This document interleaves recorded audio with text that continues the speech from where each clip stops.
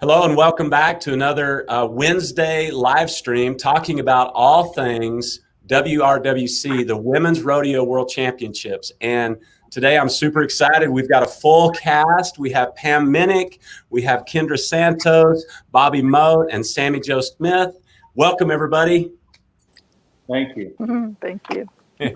So we have some really exciting news, and to just top it off, I want to, and I've got a long list of credentials to introduce these ladies. I want to give them a due welcome, and so I'm going to be looking over here reading Pam's bio, and she's one of the most well-known faces in the equine world. Pam Minick is, and she's a former WRWC World Champion breakaway calf roper, multi-time qualifier for the Women's National Finals Rodeo. She won the Miss Rodeo America. She's served as vice president and board member of the WPRA, and on and on and on and on it goes. We're just so happy to have you here. You and Kendra, whom I will announce and talk about a little bit here in a minute, you all have been instrumental in the development of the WRWC, the women's finals. And so welcome, Pam. We're excited. Cool. Kendra Santos. I've known Kendra a very long time. Kendra was raised in a rodeo family, 4 generations strong, and her career has included longtime stints at the Pro Rodeo Cowboys Association, the PRCA, where she was the director of communications there. She was also editor-in-chief at the PBR, who is our partner in this event in Las Vegas during their World Finals, which we're super excited about.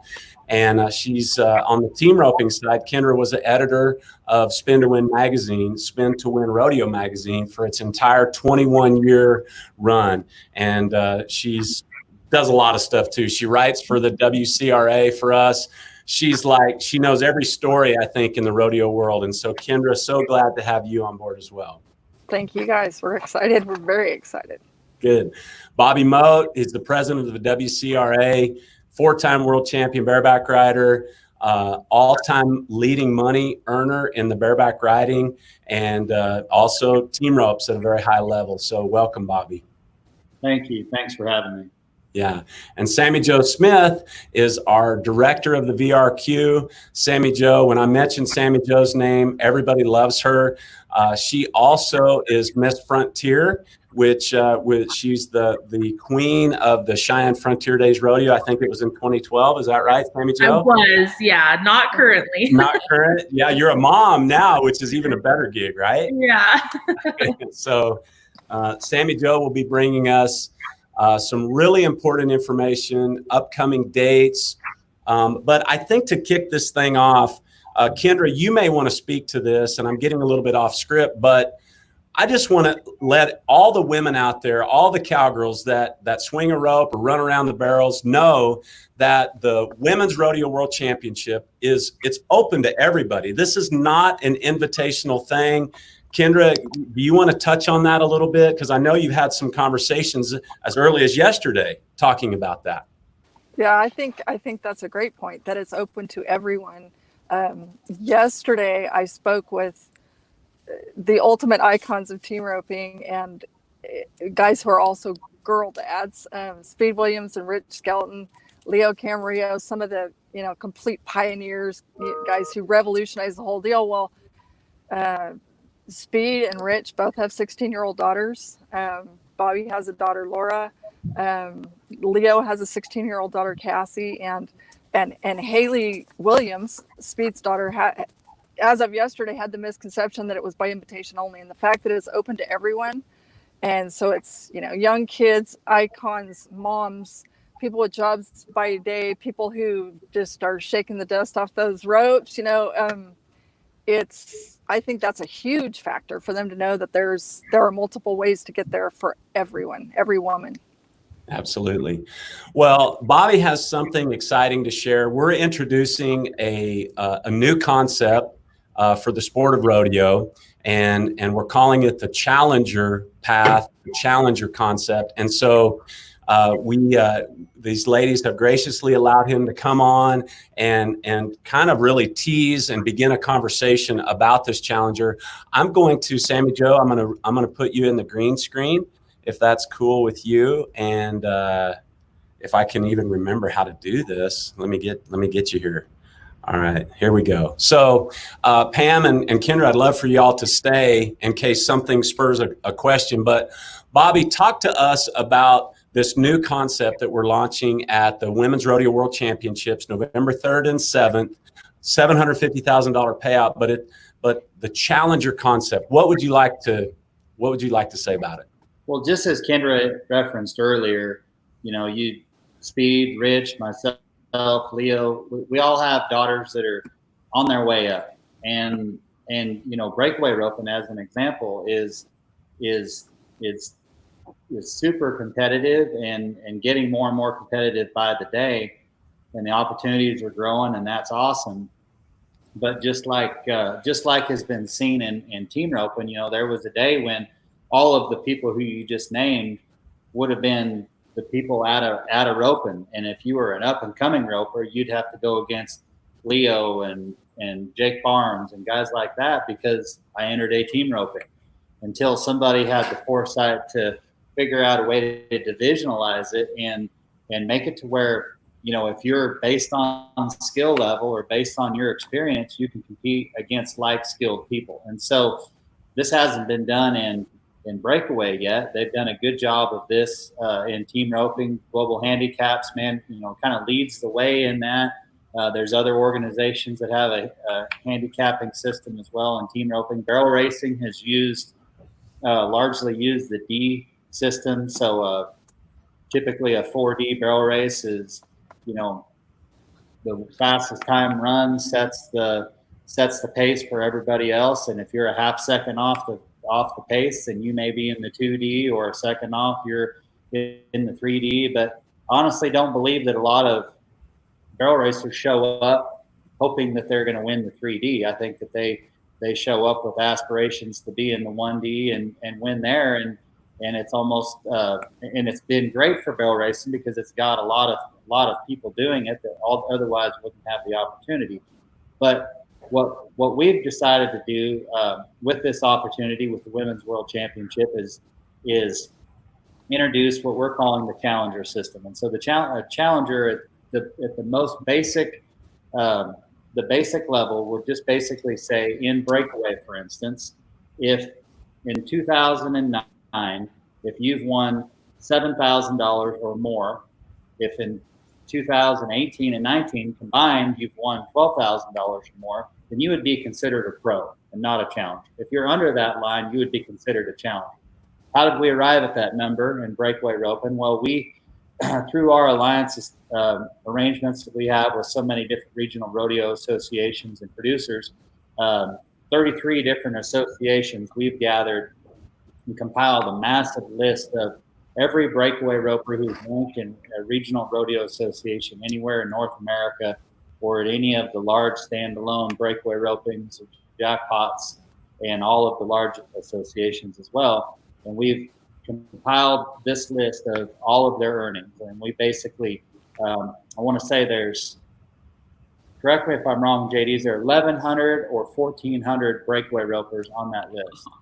Yeah, I think it's 1,400. I think it's 1,400 breakaway ropers who have earnings in a regional rodeo association or jackpot association. And so then we went through there and we just figured out where we felt like the line could be drawn, where you would consider this person would compete day in and day out amongst the pros. This person below the line maybe has the skill, has the ability to compete at that level, but in the last, and we have 5 years of data on them, although I would say the last 2 to 3 years is the strongest because breakaway roping has really kind of, exploded. Based on that, then that's where we've drawn the line. Now, the first thing that somebody will say is 7,000 is too much, 7,000 is not enough. They're not taking into consideration, I got a horse, I had a shoulder injury, any number of things, and they'd be right.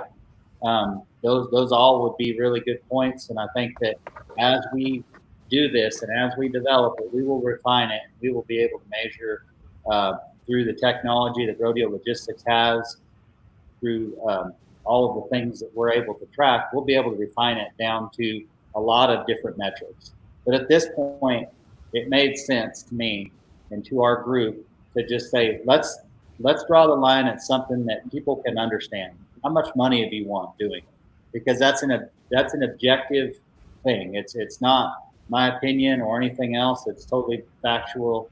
And so we say, how much money have you won? And if in 2019, because that was the last full year of rodeo, thanks to COVID that we've had. And so if you've won under $7,000, then you would be eligible to compete in the challenger pool. So the challenger pool would be right alongside the open pool. So it would be two rounds of competition with an average, and the only people that would be eligible to compete in that would be those who fit the challenger criteria. And breakaway roping has $7,000 in earnings last year, $12,000 in earnings combined from 2018 and 19.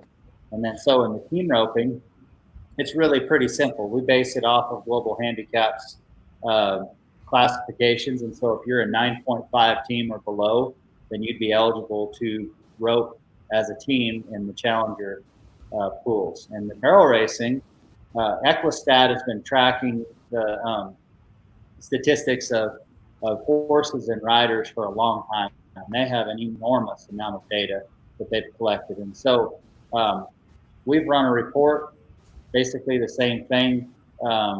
We've drawn a line in last year, 2019, at $30,000. And so if you had won under $30,000 last year, then you would be considered a challenger. A 3-year combined would be 90,000, or a 5-year combined would be 150,000. So, and the reason that's important is if last year Jane Doe didn't win anything in barrel racing, but she won 150,000 3 years prior, she really probably obviously is considered a pro. And so again, this is going to be the topic of great debate, and I think that that's good. And I think that out of that debate, healthy as it'll be, it will help us to figure out ways to effectively tier this even better. But at the top of the show, Kendra, you mentioned 4 different, 16, 17-year-old girls who all aspire to be, pro rodeo athletes. And as much as everybody who came before them has just been thrown to the wolves at this stage, like my daughter, for instance, I'd love to see her have a chance to compete against. And it's not going to be a layup, because if you just say those people, for example, Rainey Skelton and Haley Williams, they're going to be tough. And I know that challenger class will be tough, but at the same time, if they don't have to face off against Lisa Lockhart and Brittany Posey and people like that right off the bat, it'll give them a chance to get a couple runs under their belt, win some money, and then the cream's going to rise to the top in the challenger pool, and then beyond that, they'll advance to the progressive round, and all things are equal from that point on. And so that's the path. It runs a parallel path to the Open and the WCRA to qualify to the progressive round, and then finally to the Women's World Championship, where first place is going to pay $60,000. And so there's going to be a lot of money handed out there. We're excited about this new challenger concept, and know that this is just the beginning, and through collaboration with other organizations and groups, I think, and athletes for sure, then we're going to be able to refine this and make it as good as possible. Well, and I kind of represent, not to jump in here, but as long as you're still talking about it, I kind of represent the opposite end of that spectrum, and that's people like me who competed 15 or 20 years ago and went a lot, and hung your rope up maybe, or just didn't want to haul so hard, or had a job getting the way of things, but still have a desire and really want to compete. And Donna K. Rule is a prime example of that. She went from roping to barrel racing, has done incredibly well, but this is something that might make her go to Vegas and take her rope out of her bag as well. So knowing that there is a path that eventually, yeah, you got to compete against the wolves, but to at least be able to get there without knowing, I think the recent BFI all girl was a prime example. When you had the same person winning first, second, and third, that that's a deterrent for somebody that thinks, oh, maybe I don't quite heel as good as she does. But if you know that you're competing on a level playing field and can still get to that point, because Madison Uthier proved it at the American last year that you can be a 13 or 14-year-old girl in roping. Everybody has their day, as you all know. And we all believe when we put up our entry fee that we can be the best on that particular day. So I think that, from the 14, 15, 16-year-olds to the 50, 60, and 70-year-olds, that it really does give a place for everyone to play and still aspire to that top dollar. Yeah, well, and that's a great point. Donna Kay as an example where she would be dominant in the barrel racing with her Valiant Hero horse, and maybe isn't as sharp in the breakaway rope. And if she was able to take advantage of the challenger path, earn some money in the challenger pools, and if she dominates still in the barrel racing, there's an all-around contender with a $20,000 all-around prize on the line. That's worth going out there and doing it. But if you go tell her you got to go be 1/8 with Jackie Crawford and Larry D. Guy right off the bat, that just makes it tough. And so the goal of this is to get more people doing it. And so the more people that are doing it, the more we can introduce more and more incentives and make it big and as good as possible. So that's it. It's awesome feedback, and a lot of this idea of the challenger concept was birthed through the focus group that you all are a part of, and so that the people who are watching know and understand. We spent people like yourself have voluntarily spent hours and hours on these conference calls with us, along with other current competing athletes, to bounce ideas off them. What do you think about a 3D breakaway? Well, we don't really like it because of this and that. And so Lee Hansen was the first one that floated the idea of a pro, non-pro type of a concept. And so we have just kind of taken that idea, and it's evolved, and it'll continue to evolve. But I just think that the idea of getting more people in the system, where more people can go and compete and have a chance to earn money so that it can be sustainable, those are all good things for rodeo. Yeah. Bobby, we have one question, and I know that we're going to have a lot of information coming out, more details on the challenger concept and how you progress. Let me pull this up. So Laura Hyde says, so if one knocks the dust off, it's been years, would that fall into challenger? How would you answer that, Bobby? Yeah, and so it would just be based on their performance over the last several years. And so if they haven't been, if somebody's, so to speak, knocking the dust off their rope can, and they hadn't roped in the last 3 years, they don't have over $12,000, if it's in the breakaway rope, and over $12,000 in earnings over the last 2 years, or $7,000 last year, or fit that $30,000 a year in the barrel racing category, then they would be, yes, a challenger. Great. Well, if you're is the dollars the same way in the team roping as well? Well, no, the team roping, we're just, I feel like. Oh, yeah, never mind. You already said that. You're using never mind. Global handicaps, they're doing a good job. Yeah. Yeah, there's going to be a lot of questions. Don't hesitate to reach out to support@wcrarodeo.com, and I'll throw that email back up there.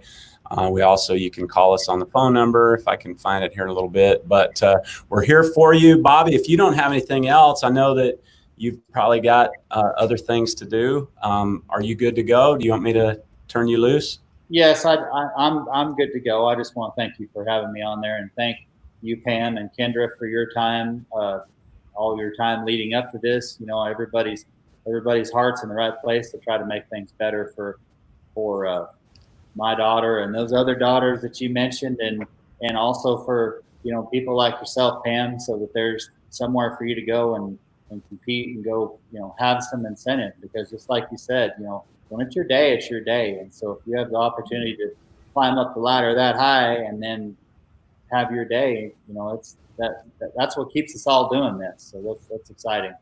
Good. Thank you for your time, and we look forward to talking more about this challenger concept as we go forward. This is just sort of a tease to get the conversation started, although there's been mountains and mountains of data compiled in the past months to get to this point. But it's fun to start to pull the veil off of it, and we'll look forward to talking more about it as we go on.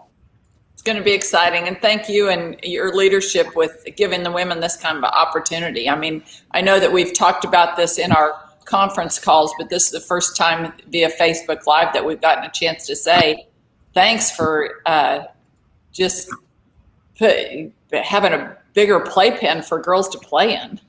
Oh, they deserve it. They deserve it. Happy to do it. Thank you. All right. Thanks, Bobby. Bye. All right.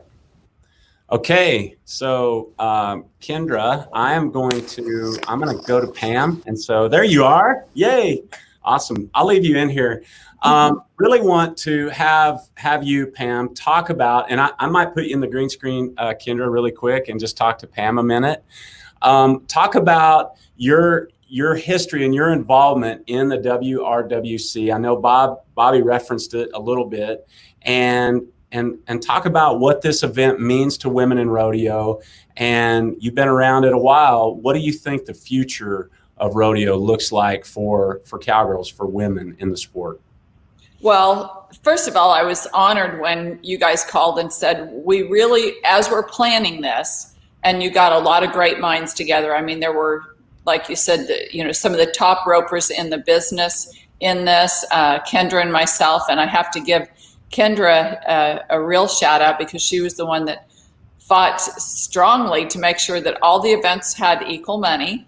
And they do. I mean, equal for the header, equal for the heeler, the breakaway roper, the barrel racer, and to have this big a platform to play on. So thanks for listening to those ideas. And the ladies out there need to know that that there's just, like you said, mountains of data. This was not something that just was conceived and said, we're going to throw enough stuff on the wall, something's going to stick. I mean, if there's something that's been overlooked, it certainly isn't intentional and it'll be fixed very quickly. But I go back to, of course, I breakaway roped in Las Vegas back in the day when I grew up in Las Vegas. I was born there, high school rodeoed there. And in fact, on the strip where behind what was the Stardust Hotel at the time, and that's probably up in the area like where Treasure Island or something is now, there was an arena that literally was 100 yards from the strip. And in fact, most of my pictures that were taken in high school and amateur rodeos in that arena have the Stardust Hotel sign in the background, if you can imagine that. So roping in Las Vegas is not new to me, but when I started competing in women's rodeos and in the WPRA, at the time it was, well, I think it was the WPRA, but they hadn't branched off to the PWRA though. I won the world in 1982, which is before most of these girls or their parents were born. But my biggest check that whole year was at Bakersfield, California, and the breakaway roping there. Buck Owens and his sister Dorothy put that rodeo on. My biggest check was $350.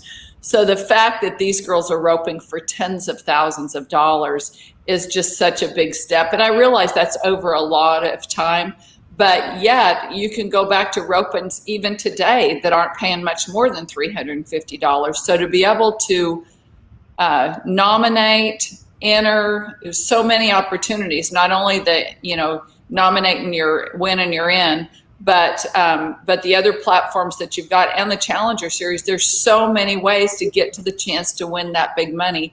And a lot of incremental dollars get paid off in the meantime too.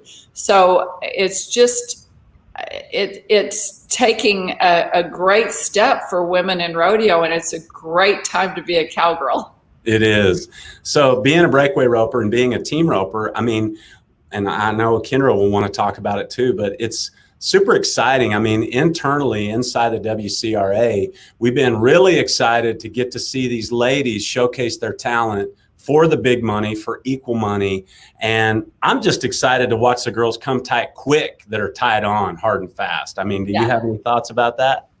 Well, being a girl healer that ties off, I'm excited that we have that opportunity to tie off. But I think that it's really going to shine. You've shined such a big spotlight between the WCRA and the American have shined such a big spotlight on lady breakaway ropers. This is going to be a real opportunity to see what girls can do in team roping. And it's always exciting. And I think that the crowds are going to love it too. And I'm hoping that by the time that November rolls around, that COVID is behind us. We all thought that it was going to be too hot for it to exist in Las Vegas, and that's not proving to be the case. But I think that the crowds that are in town during the PBR will love to come out there, and I honestly think that they'll be just as excited to watch the ladies in the team roping as they do the barrel race, because I think that, just like me, I don't have that itchy trigger finger anymore. So I probably will not be entering the breakaway roping, but I'm going to try my hand at getting in that team roping. That's for sure. Heck yeah. Great. Well, Pam, I'm going to bring Kendra up and allow you a moment to get a drink or whatever. Thank you so much. And while I do, one other thing, hey, Kendra, can you hear us? Hello. Hey, you bet. I just want to tease a few things that are big things about the Women's Rodeo World Championships. $750,000 guaranteed payout. I want to talk to you specifically about equal money in each discipline. Pam just got done saying, I think you may have heard her, that you really fought for that. So I want to talk to you about that. We have a $20,000 all-around bonus, $20,000, $60,000 first place money, and it's paid out really deep in each discipline. We have the WCRA path where you can nominate, earn points, and come in on the leaderboard. If you're in the top 4, you go straight into the main event. We have on that side, if you nominate an event that is a nominate when you're in, you can, and you're in the top 4 after you run one in Vegas in that path, you can get straight into the main event. That's the WCRA path. Then there's the open path, which we teased at the top of the show. It was important to you to communicate that this is not invitational. Yes, there's a nomination leaderboard component to it, but if you don't want to nominate, you can enter the event. And Sami Jo will talk about those entries. That open entries actually open on July 27th. And you can enter twice. You can come in on the nominate when you're in the WCRA path and enter twice in the open. There's just lots and lots of opportunity. But talk to me about fighting for equal money and how what stirred you up with that? What stirred me up with that, and by the way, if you want to see a grown man cry, I was 4 for 4 yesterday, because these guys. So what stirred me up about that, when I was a little kid, and I would, growing up in California, which was, as Leo said yesterday, the mecca of team roping for a very, very long time. Being at like the Oakdale 10 Steer, the Riverside Rancheros, all the big Chowchilla Stampede, all the big ropings of the time. A girl like myself, what I was good for was the boys' roping dummies. So they headed and heeled me all day long. My pay was a pack of Wrigley Spearmint gum. And sometimes I got elevated to get to take the ropes off at the back end. So it kind of got to where by the time I got in high school, a girl could, rope or whatever. But where I lived, girls, you were the dummy. Okay. Or I could untie calves or work the chutes or whatever. But anyway, so fast forward to spend my entire 30 whatever years so far career, like fighting with my cowboy contemporaries, the guys ahead of me, Leo, who is one of my dad's best friends, or Jake and Clay, who I've worked with very closely. They're like brothers to me forever, on to Speed and Rich. Having been through all the struggles with them, and having been through, I see that. Erica, sorry. Erica, awesome. No, she's awesome. Another girl who grew up in California and is now a Texan, but So having seen the struggles, you know, Leo, I talked to him yesterday. He's at Prescott. He's visiting with my son Taylor, and he's with his daughter Cassie. And Leo, when Leo, you know, he helped revolutionize team roping. There was zero ever equal money throughout his career. So his career earnings would have been, you know, exponentially different had he been 16 right now instead of 74 years old. But so all through that, like Leo said, of the 600 or 700 professional rodeos during his career, not 60 of them even had team roping. Equal money was unheard of because everybody considered it, oh, well, that's for that event. Well, now the fact that we have world champions, not very long ago, the top 15 individual team ropers in the world went to the finals and got to pick a partner to bring. Okay, so now 15 headers, 15 heelers qualify. We crown a world champion header and a world champion heeler. So the old it's double money argument falls flat with me because both guys, you know, pay dues, both guys pay entry fees, both guys have expenses, rigs, horses, the whole bit. So it's insane to me that we still don't have equal money at every professional rodeo. We've made great strides, but I've been like with guys who are my dad's age, my age, now my son's age, still struggling to get equal money. The fact that these women straight out of the blocks get to rope for equal money at this first ever event, I'm telling you, Leo Camarillo doesn't cry very often, but yesterday he kind of choked up on me, and Speed and Rich too. I mean, those guys have won more than anybody in the history of team roping. 8, you know, Jake and Clay too. Clay's a girl dad. Bailey, she's now a mother too, but she, you know, is quite the team roper. And the fact that it doesn't surprise me, you know, there's so many things I love about the WCRA, starting with the fact that the WCRA always does the right thing, and is also willing to listen to the contestants, and it's all about the athlete, and that is not something to take for granted. It feels like it's a headwind in a fight to get these things done. So to get it done for the 16-year-old girls out there, or the 48-year-old, you know, by the way, thank God this is happening while pioneers, the likes of Larry D and Jackie and JJ can, you know, still go head to head with these 16-year-old girls is phenomenal. And on the all-around situation, I already asked Larry D, are you gonna enter the barrel race? So I'm assuming, and she did not say no. So I'm like, I'm assuming you can be a challenger in the breakaway and a pro. For example, I'm assuming completely that Nellie Miller will breakaway rope. Haley Kinsel might breakaway rope at this deal too. Can they be challengers, but then be pros in the barrel race? Is it event by event on whether? Let me bring Sami Jo. Here's our resident expert. I think so, but what's the official word on it, Sami Jo? Yeah, I was in the back in the green screen nodding my head yes. So it is by discipline. Okay. Yeah. I mean, how fun would it be to see? I mean, these girls are cowgirls, but it's like, I would love to see Larry D. Guy run a barrel horse. I hope she does. I know. You know? Yeah. So, well, and anyway, wrap your brain around this. So several of the girls that rope are entering the heading, the heeling, and the breakaway.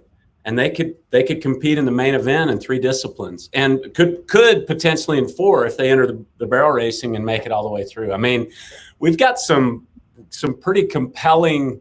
The stage is set, the ground is tilled for some pretty compelling stories to come to light out there. Well, and I mean, that's super cool, and it's almost unprecedented, and that's the beauty of the modern age of rodeo. It's like a year or two, a couple years ago or so, Wesley Thorpe, who's our reigning world champion heeler at the American, qualified as a header and heeler.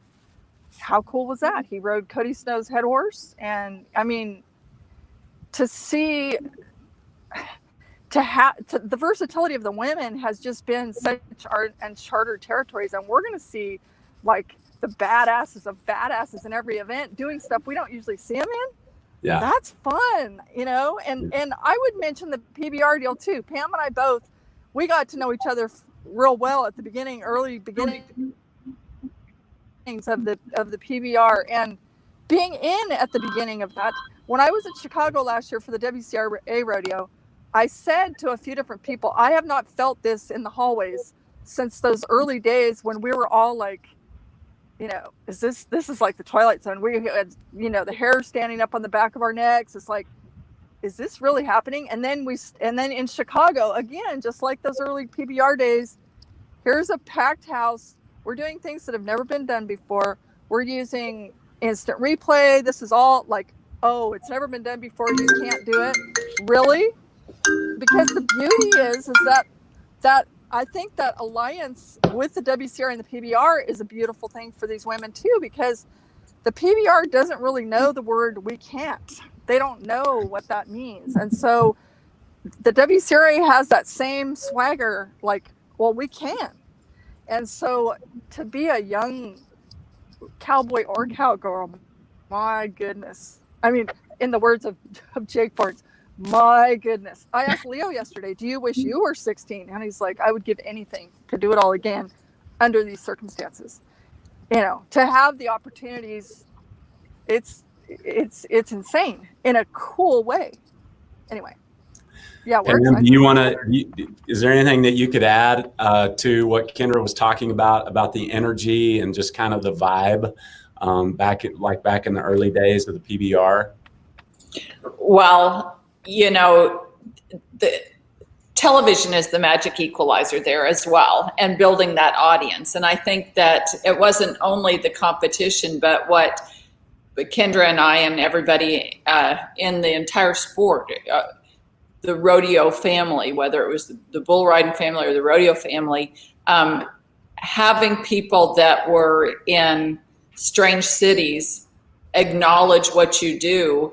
And that's why I'm particularly, not to take away a lot of the excitement over the breakaway, which is very, very exciting, but I think that as you look at, and Kendra brought those numbers to one of the early meetings that we had, there are a lot of lady team ropers that are numbered, you know, through the triad system and the other systems. And while not everybody, you know, the success of other sports is because all kids get to try them when they're little. You know, everybody plays Little League baseball or Pee Wee football, or maybe somebody puts a golf club in their hand or things like that. And the challenge that rodeo has always had is that not everybody puts a bull rope or a bareback rigging or a rope in their kid's hand. But if you've been raised around this sport, chances are, and you're a cowgirl that's, you've had the opportunity to either barrel race at a junior rodeo or to breakaway rope or team rope. And I think that this is exciting to me because hopefully the fans will see this as well and see a whole nother side of women. And then when you develop fans, you develop a following, and it's just good for all boats rise. You know, all boats rise when we bring more people into the sport that see something that, you know, and I see sponsor opportunities. I mean, I see opportunities of major companies that have dedicated dollars for the female audience and participant, but can't use them broadly in rodeo. And I just think that there's just so many layers of opportunities here for all of us. So thank you. One of my favorite stories is a gal from the Sandhills in Nebraska, where I grew up, Katie Mundorf. And Katie played college basketball. She high school rodeoed, played college basketball. When she got done with college, she's like, there's really not an opportunity for me in rodeo. And so then she went back to the ranch, got married, and has a family, which she's obviously super proud of. And then WCRA came on the scene, and Katie got a horse, got him legged up. And this gal is a competitor. I mean, she's ferocious, and she's a mom. She works hard on the ranch, but it gives her an outlet for her competitive juices. And she happens to have a brother who rides bareback horses really good, Stephen Dent.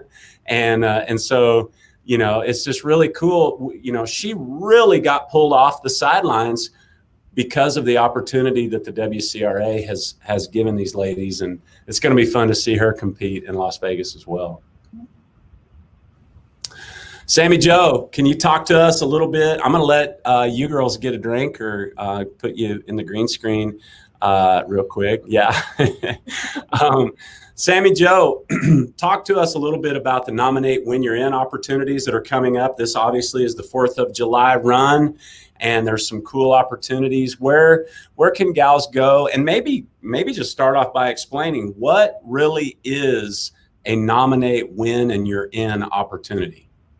Yeah, so especially for those of you that are new to the Women's Rodeo World Championship and even maybe to WCRA and nominating, we have partnered with different producers, associations across the country, and we have set up several events that are Nominate When You're In events. So what that means is by going to an event, going into the VRQ, the Virtual Rodeo Qualifier, which is app.wcrarodeo.com.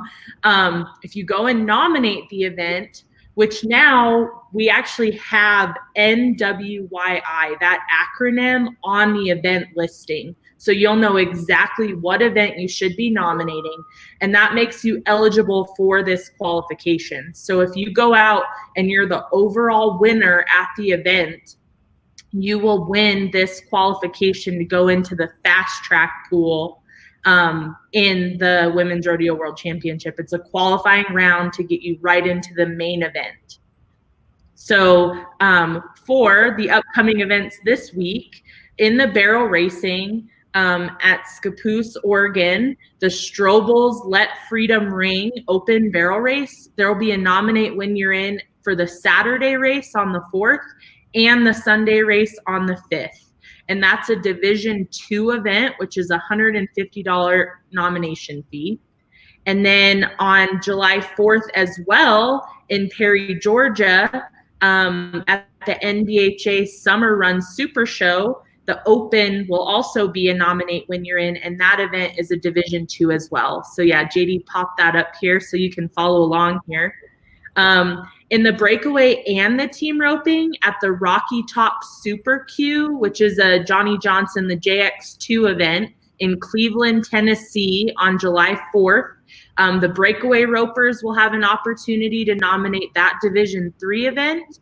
And then in the team roping, we'll have an open Nominate When You're In qualifier, as well as a 9.5 incentive. So JD, if you scroll down just a little bit, there you go.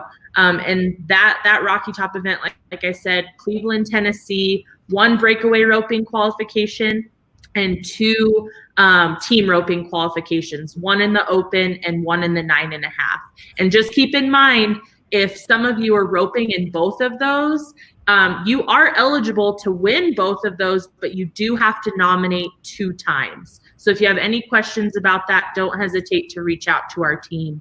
And then lastly, back up to the breakaway roping, the Cowgirls Association roping, which was founded by Roy Cooper. That event's in Decatur, Texas on Saturday, July 4th, and it's a Division III event. So all really good opportunities. And keep in mind too, you may nominate, and even if you're second, you're going to earn a lot of points to be on the W20 leaderboard to get you into that WCRA qualifying pool, which is a little bit less people. There's some benefits to being in the WCRA pool, no entry fee. If you're up in the top 16, you'll get a comp stall, comp hotel if you're even up in the top 4. So we've got some really great benefits to being out there right now, nominating these events, getting points to be on the W20 leaderboard, and trying to advance into that WCRA pool. So I just blurted out a lot of information, but please do not hesitate to reach out to our team if you have any questions. Thanks, Sami Jo.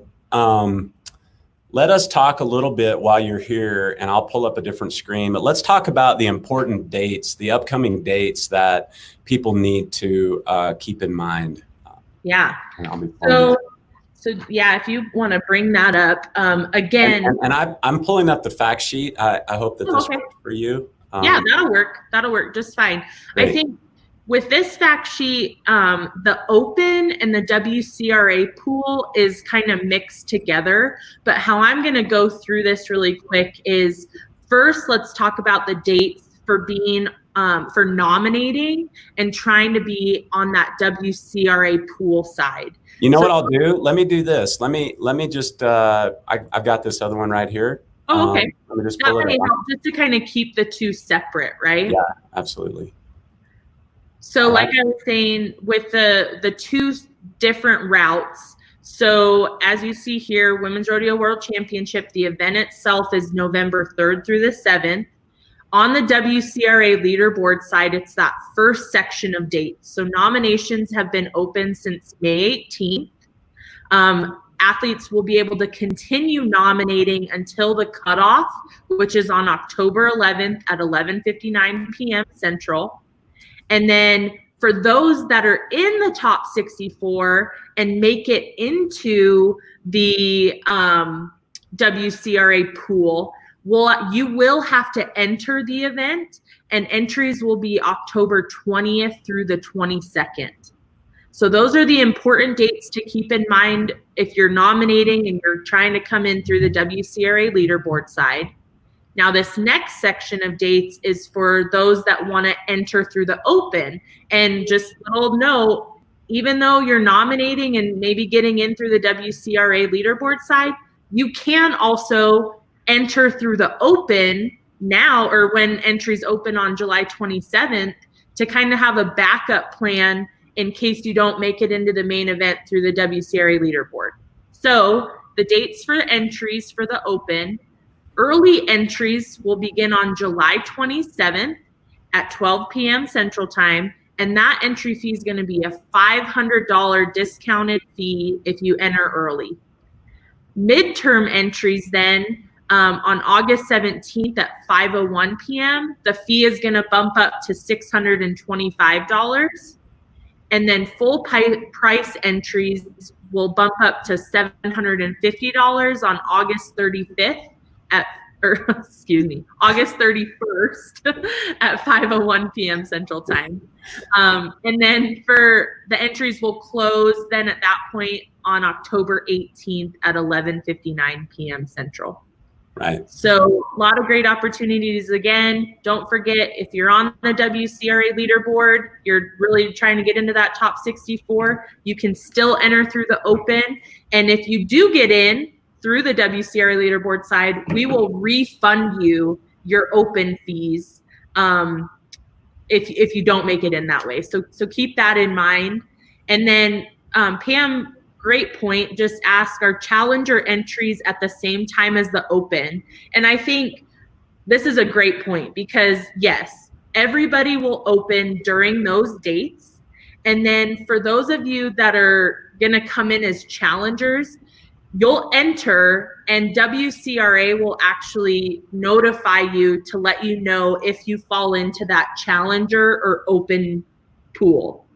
And then at that point, we will have some opportunities if you want to challenge it.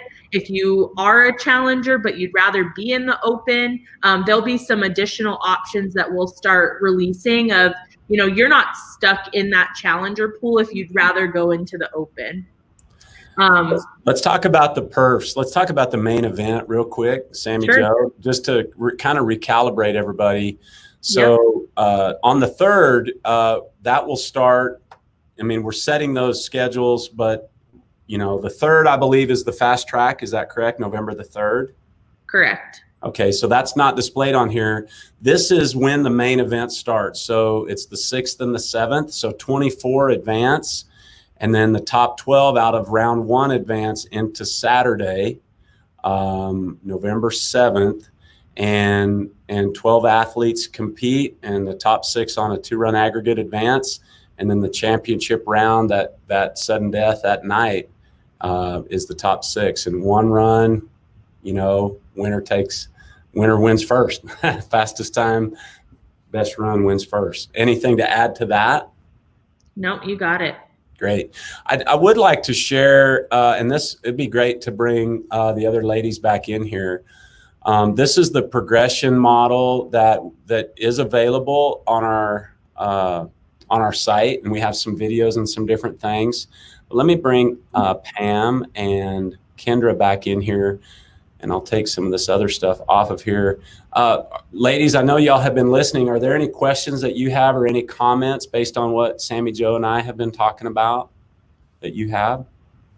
My only comment is, and this kind of emphasizes the questions that Kendra had yesterday, and that is, reach out and ask if you have any questions about this, or if you hear somebody that has questions about it, because the way that that this grows and the way that that everybody understands, because it is new and it's a concept.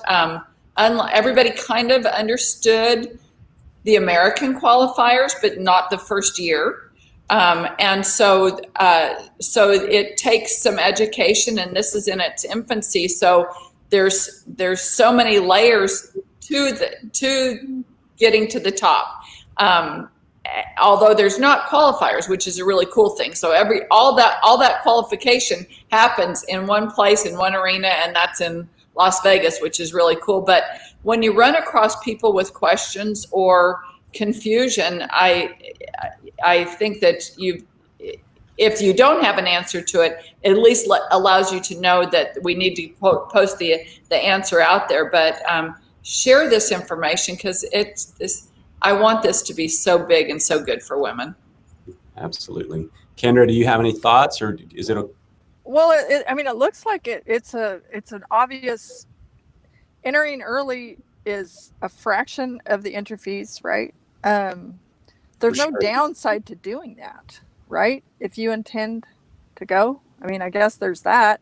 And right. I'm assuming that your media ace, Kyle Jones, everything you could ever want to know, probably all the frequently asked questions, all the information, I assume, is at WCRA.com. That's correct. But you can also, people like me, it's easier for me sometimes to talk to a live human. And so you can also do that, right? That's right. Yeah, there just happens to be on a ticker on the lower part of the screen. Well, and and a lot of people, some trepidation might be because of COVID, and it's not like your entry fee just goes into a black hole if the event, God forbid, was canceled. But Las Vegas is open for business. I was born there, as I mentioned earlier. My dad still lives there, and he tells me every day that Las Vegas is open, they're thriving, and so don't be embarrassed to send your entry fee, because it's not going into a black hole. This is a well-heeled organization. That's right.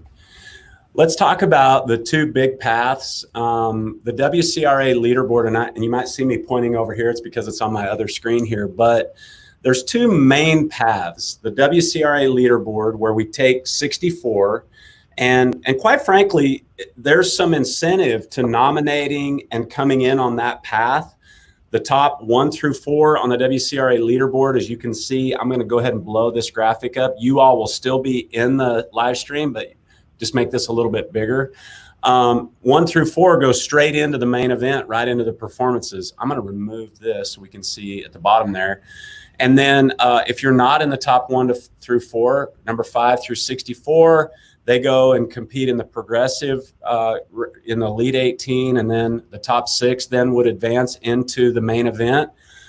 On that WCRA side is the nominate when you're in that Sami Jo alluded to a little bit ago. And that's really great, because there'll be 16 people, up to 16 people in that. And then the top 4, after competing on a 2-run aggregate, will go straight into the main event. Lots of opportunities there, but as Pam alluded to a minute ago, or actually Kendra did, what do you have to lose to go ahead and entering a couple times in the open? You're going to be there. You're planning on being there if you're nominating. And if you've never nominated and you don't want to do that for some reason, I don't know why, but you can show up and enter in the open path as well. So this is absolutely not an invitational only situation. Matter of fact, there really are no invites. You earn your spot on the leaderboard in the WCRA. or you come in on the open side. And there's a little bit different details when it comes to the to the barrel racing. That's on screen 9, and it just has to do with protecting the horses and not doubling them up or requiring you to run twice.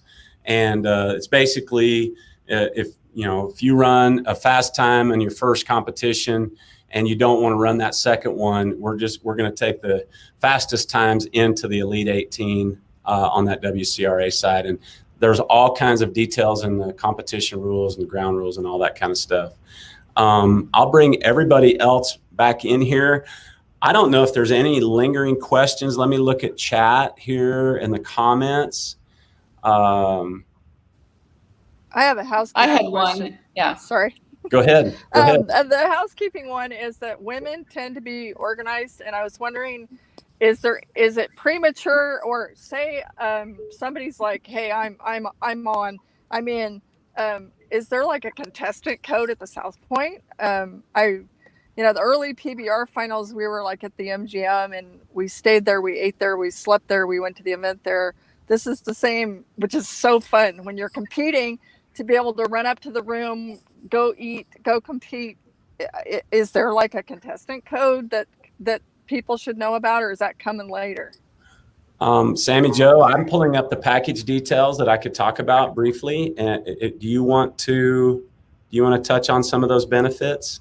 Well, so the package details that you are bringing up, they will be on sale here, in the coming weeks, JD, right? They're not on sale yet. So, but yes, South Point Arena, we're actually going to have, go ahead, JD, why don't you explain that? Okay. And I know enough to be dangerous about all of this, but to answer your question, Kendra, absolutely. There are benefits if you come in as an athlete on the nominate when you're in path. You have no entry fees. I believe you get a stall and you get a room, so that's huge. If you're in the top 1 through 4, in addition to getting right straight into the main event, you have no entry fees. Well, there's no entry fees at all on the WCRA side, but you also get a room for 3 nights, I believe, and a stall as well. But there's package details here. The gold package includes 1 entry into the WRWC on the open side, stalls for the week, hotel Tuesday through Thursday, and a vest, and World Finals, PBR World Finals tickets for Wednesday and Thursday. 1 for each day. And then there's a silver package, which is a couple $100 less. All of this information is available on our site. The short answer, Kendra, is yes, absolutely. There's package deals, and there's more information than you would care to maybe know about all of it, but some real incentives to getting your entry, getting your room and your stall and everything kind of all in one shot. Did that answer your question? Yeah, that it's helpful, because I think it's really cool to get to keep your horse and yourself and everything else that you're doing all in one spot. The other thing that I would love, if you have it handy, is to make the point, or to share with people about the fact that this event is not just top loaded, as far as you don't have to win first to, there are going to be some amazing, storylines of people that win at least $60,000, but a lot of effort went into making it not top loaded to where a lot of people are going to leave Las Vegas happy, right? I don't know if you have the payoff graphic, but I think, people, the fact that you don't have first isn't the only way to be really excited about this. Yes, I do. I just so happen to have the payoff graphic. Okay, this was not set up. I Come on, Kendra, way to just call me out on it, man. I don't trying know. to stump me. So yeah, here's how it pays out: $136,000 per discipline. First is $60,000. Don't forget about the $20,000 all-around bonus. But first in each discipline is 60, then 20, 12,500, 10, 7,500. You can read if it's not too small there. 19th through 24th place. Everybody gets basically their entry fee if they came in at the highest entry fee. Lots and lots of opportunities to win money. And that's just in the main event. There's some money that's paid out before that, and I do not have that on here, so don't ask me for that, please. I think that's really cool, though, that it's, you know, they're 4th, 5th place. I mean, those are significant. That's Yeah, absolutely. Pam, you had something. I know that I'm going to have to let y'all go here in just a little bit, but how would you like to leave us? Well, one of the things that I was asking, since there were so many events that were planned earlier in the year and there aren't, and are there any other, or will any qualifiers be added? I know I looked at the list, and I think in team rope, and there's like 8 qualifiers. Will any be added, or is that it? Or is this like, So I know that like the Wendy Ryan, we were going to have the Wendy Ryan as a qualifier, and of course that got canceled and things like that. Are there any rope-ins that you anticipate that will be added as qualifiers? Go ahead, Sami Jo. Yeah, so for the nominate when you're in, we're taking up to 16 qualifiers into that fast track pool. And so we do have 11 barrel racing nominate when you're in's left, 12 breakaway, and 10 team roping events left. Oh, okay. But what we're doing is, yeah, our team's working really hard, though, that if a qualifier doesn't come out of one of those events, we add a new event onto the bottom to try to do our best to get all 16 qualifiers in there. Oh, good. Yeah. And we want 16 in the nominate when you're in path. We're going to take 4 into the main event, and there's a lot of information, you know, and there's been a lot of hours by a lot of people, you all included, to try to bring just a world-class event. We have to tip our hat to the PBR, our partner in this, and the South Point. You know, we're super excited to bring a first-class women's rodeo world championships to Las Vegas at the South Point, November 3rd through the 7th. $750,000 added, a lot of opportunity to win money. And thank you, Pam. Thank you, Kendra. Thank you, Sami Jo. Thank you all for just hanging out and answering some questions and giving your perspective. And maybe we could have you back again when we get another month down the road in this thing. Perfect. Good luck. Everybody enter. Yes. All right. We're going to sign off. Thank y'all. Bye. Thanks, everybody. Bye.